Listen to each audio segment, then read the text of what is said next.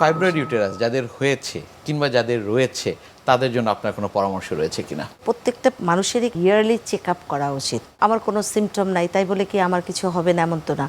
যখনই দেখা যায় সিমটম যখন থাকে তাহলে তো অবশ্যই আসবে। আর যারা অ্যাসিমটোমেটিক, যাদের কোনো প্রবলেমই নেই, তারাও বছরলি একটা হেলথ চেক আপ করতে হবে। হেলথ চেক আপে যদি সেটা ধরা পড়ে থাকে, আতঙ্কিত হওয়ার কিছু নেই। যেহেতু রোগ সেহেতু ট্রিটমেন্ট আছে, যদি অ্যাপ্রোপ্রিয়েট ওয়েতে ডক্টরসের শরণাপন্ন হয়, ডক্টরসের ট্রিটমেন্টটাকে সে ফলো করে, সে কিন্তু ভালো থাকে। ফাইব্রয়েড ইউটেরাস এর সঠিক সময়ে চিকিৎসা পদ্ধতি যদি গ্রহণ করা না হয়ে থাকে পরবর্তী জীবনে কি কি জটিলতা দেখা দিতে পারে? ফাইব্রয়েডের জন্য যেমন পেশেন্ট যদি অনেক বেশি ব্লিডিং হয়, যেটাকে আমরা মেনোরেজিয়া বলি, তাহলে কি সে এনিমিক হয়ে যাবে। নিশ্চয়ই। অনেক বেশি এনিমিক, সাদা হয়ে যায়। সিভিয়ার এনিমিয়া নিয়েও কিন্তু পেশেন্ট চেম্বারে আসতে পারে।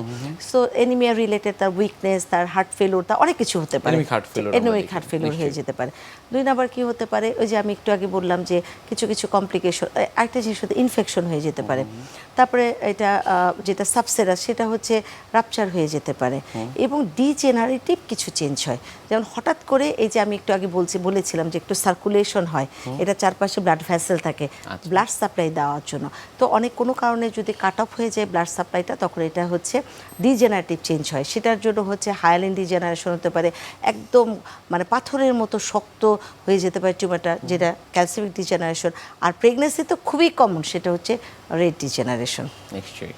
রেড ডিজেনারেশনটা খুবই ইম্পর্টেন্ট। এবং দেখা যায় ওই যে আরেকটা বললাম যে সাবসেরাস ভ্যারাইটি, ওইটার সাথে আবার ওভারিয়ান টিউমারের সাথে একটা গন্ডগোল লেগে যায়।